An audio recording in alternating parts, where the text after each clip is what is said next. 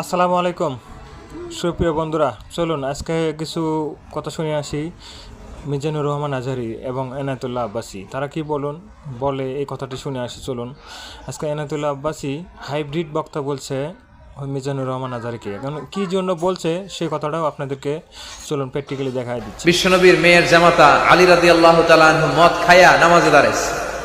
মাগরিবের সালাতের ইমামতি করতে যে সূরাতুল কাফিরুন লা আ'বুদু মা তা'বুদুনের জায়গায় ভুলে মাতলামি করতে করতে পড়তে শুরু করছে আ'বুদু মা তা'বুদুন, লা বাদ দিয়ে দিছে।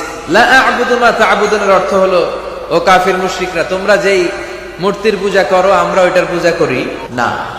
কিন্তু উনি যেটা পড়ছে আ'বুদু মা তা'বুদুন, এর অর্থ হয়ে গেছে তোমরা যেটার পূজা করো আমরা ওইটার পূজা করি। আজকে সেই মহান আলীকে নিয়ে মন্তব্য করে কিছু হাইব্রিড বক্তা বেরিয়েছে, মুখে লাগাম নাই।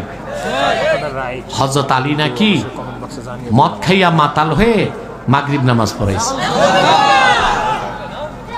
আরে হারামজাদা বক্তা, হযরত আলী মুসলমান হয়েছেন 12 বছর বয়সে, জিন্দেগিতে কোনোদিন তিনি মদের বোতল স্পর্শ করেন নাই।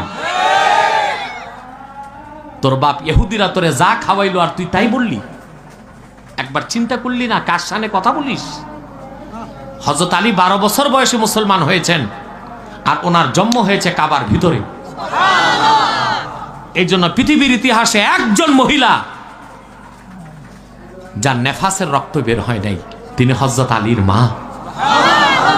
কারণ হযরত আলী জন্ম নিয়েছেন বাইতুল্লাহর ভিতরে, নেফাসের রক্ত বের হলে কাবা নাপাক হবে, আল্লাহ তা হইতে দেন নাই। সুবহানাল্লাহ, সুবহানাল্লাহ।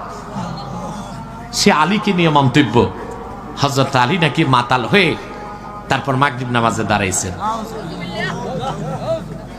আমি তো বহু আগেই এই হাইব্রিড বক্তাগুলোরে কাফের ফতোয়া দিয়েছি। আলেম ওলামা তো আমার বিপক্ষে অনেকেই ছিল, এখন সব লাইনে চলে আসছে।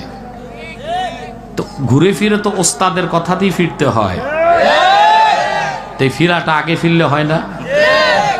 সারা দেশের আহলে সুন্নাত আহলে হক এই হাইব্রিড বক্তাকে পরিত্যাজ্য ঘোষণা করেছে, কিন্তু কিছু দল মরাটারে খাড়া করতেছে। বেশিক্ষণ খাড়া রাখা যাবে না। বেলুন যখন উঠতে উঠতে অনেক উপরে ওঠে, ফুস। ঠিক কিনা? আপনারা বুঝেন না, একটি বক্তা তার আলোচনায় নাই কোনো ধারাবাহিকতা, নাই কোনো বিষয় ভিত্তিক আলোচনা, নাই কোরআনের আয়াত, নাই হাদিসের কথা, তো মানুষ জমায়েত হচ্ছে কেন? এই কিছু ট্যাংরা, কিছু ফিশ, কিছু বাংলা, কিছু ইংলিশ, তার মানে বাংলিশ, এই শুনতে মানুষ